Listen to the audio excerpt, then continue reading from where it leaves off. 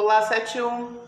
Vamos começar a nossa unidade 8, falando das vias de circulações e da energia no Brasil. As principais vias aí, de circulação do Brasil é a de ferrovia, rodovia, hidrovia e aérea.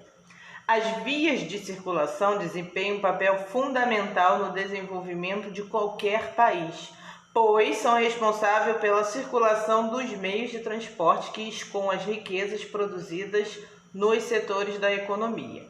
São elas as rodovias, ferrovias, a metrovia, a hidrovia e as vias aéreas.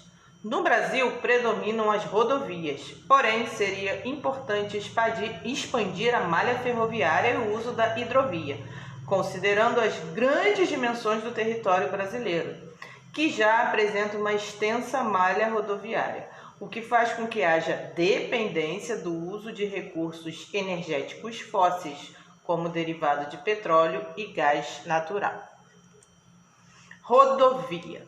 Foram desenvolvidas em virtude da instalação de indústrias automobilísticas na década de 1950. A região sudeste é a mais bem servida por estradas de rodagem. O Brasil é um país de dimensões continentais. Necessita de um sistema viário eficiente que faça uma integração entre todas as regiões das cidades. Com o objetivo de integrar o território nacional por meio de rodovias, na década de 1960, os governos militares iniciaram a implantação da Plano Rodoviário Nacional, que englobava as 5 rodovias no país, identificadas pela letra BR. Transporte rodoviário aí, se caracteriza-se pelo alto custo da implantação de estradas, alto custo de manutenção de veículos e alto índice de acidentes. Atualmente, o meio de transporte mais utilizado no Brasil é o rodoviário. 80% de toda a carga é transportada pelo país. As principais vantagens das rodovias são a versatilidade e a facilidade de ligação de origem e destino. Por outro lado, os custos da manutenção das rodovias dos veículos que nelas circulam são muito elevados. Agora a gente vai ver a ferrovia. As ferrovias estão presentes no território nacional, mas são pouco aproveitadas atualmente. No auge da utilização ocorreu entre 1870 e 1930, época em que a cafeicultura era fundamental na economia do Brasil. As ferrovias foram construídas para ligar grandes áreas de produção do café aos portos de exportação. Mas na segunda metade do século XX não houve investimentos significativos nesse sistema viário. Apesar de suas vantagens, que são elevada capacidade de carga, significativos baixo consumo de energia e segurança no tráfego. O baixo aproveitamento potencial ferroviário do Brasil é agravado pelo traço da rede de equipamentos obsoletos e pequeno índice de eletrificação, o que encarece o transporte feito com locomotivas a diesel. Desde 1996, boa parte da malha ferroviária brasileira, principalmente as ferrovias destinadas a transporte de carga, foi para a iniciativa privada. E além das ferrovias, a gente vai ter a metrovia, que são as vias de circulação recente. O metrô é um meio de transporte específico para passageiros de áreas urbanas com alta capacidade de frequência. Normalmente estão localizadas em túneis, mas também pode circular pela superfície ou em viadutos e segmentos de linhas destinadas entre estações, estando geralmente integradas a outros meios de transporte. Aí mais um pouco da ferrovia, que caracteriza-se especialmente por sua capacidade de transportar grandes volumes, ainda tem a maior segurança em relação ao rodoviário, em nível de acidente. As estações de trens também estão situadas nos centros da cidade, tá? Aí a gente tem as metrovias, tá? Os estados do Rio de Janeiro e de São Paulo possuem as melhores redes de metrovias. Eu também tenho Salvador, Curitiba. Hidrovia. As hidrovias fluviais, que são pelos rios, participam apenas de 1% do transporte de cargas do Brasil. São aproveitadas apenas em casos de extremas necessidades. É o exemplo da bacia amazônica, que é muito utilizada no transporte da população ribeirinha, que é a que vive, né, junto aí aos ribeiros, os rios, que já não dispõe de outras vias de circulação. Apesar de serem pouco aproveitadas, né, as duas hidrovias vêm sendo impulsionadas aí no transporte fluvial no interior do Brasil. A hidrovia Paraguai-Paraná e a do Rio Tietê-Paraná. Transporte aéreo. O Brasil está ligado a todos os continentes do globo por meio do transporte aéreo. Dentro do país, as linhas aéreas que ligam todas as regiões.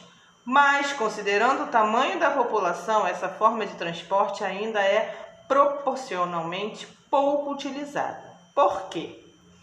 É o alto preço das passagens aéreas e também, né, o baixo poder aquisitivo da população brasileira.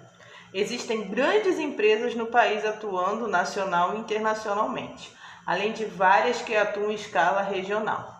Os principais aeroportos do Brasil estão de responsabilidade do Infraero, empresa brasileira de infraestrutura aeroportuária. Agora nós vamos falar da energia no Brasil, tá? Vamos começar aí pelos recursos energéticos brasileiros.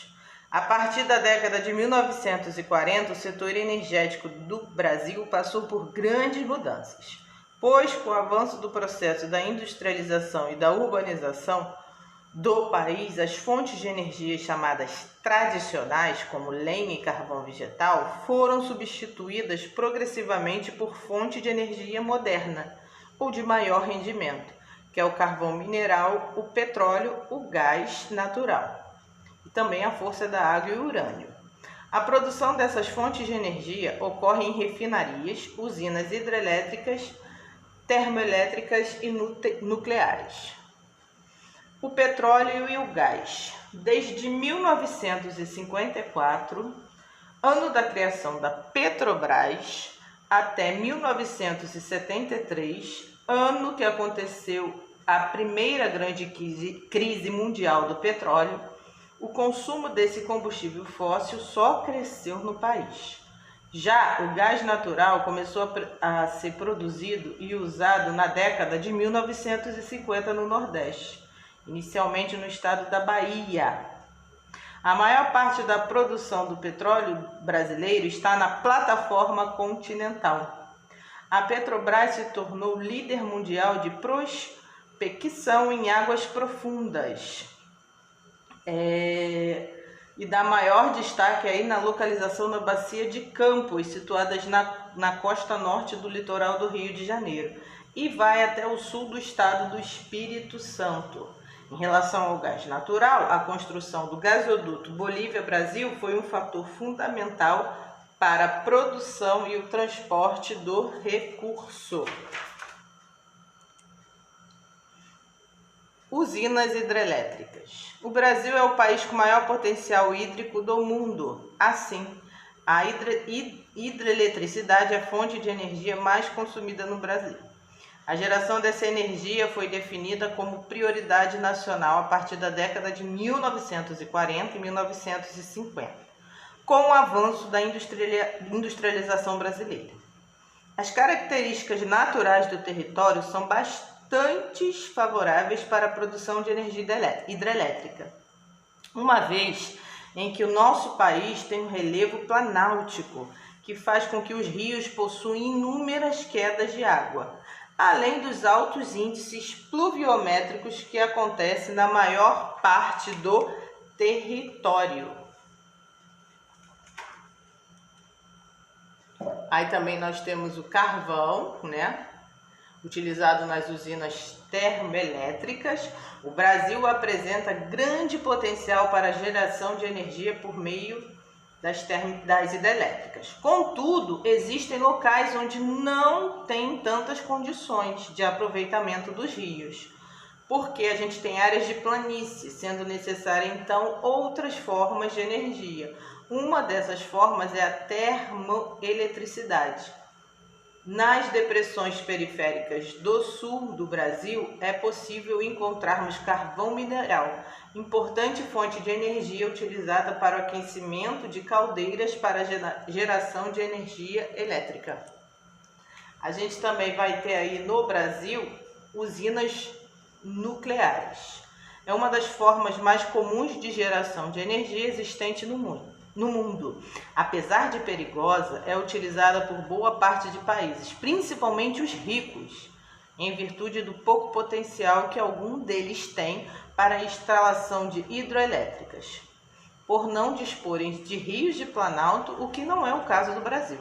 No entanto, em 1969, durante o governo militar, houve a compra da usina de Angra 1, dos Estados Unidos, que produz 5% só de energia. Eu também vou ter as fontes, né, de energia elétrica, no caso a solar e a eólica são uma delas. Outras alternativas têm sido utilizadas na geração de energia elétrica, destacando-se a energia eólica, tá, que é dos ventos, gerada por turbinas que parecem grandes cataventos, e tem sido a alternativa viável para estados costeiros. O Ceará, né, já tem um tipo dessa usina aí. O Rio Grande do Sul é uma outra área do país que já assinou o acordo com empresas estrangeiras. E aqui eu coloquei indicações culturais para vocês, tá? São vídeos para vocês poderem entender aí melhor a explicação sobre a energia e os transportes do Brasil.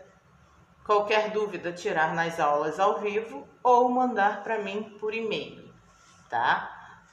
Um grande beijo, até a próxima aula, fiquem com Deus.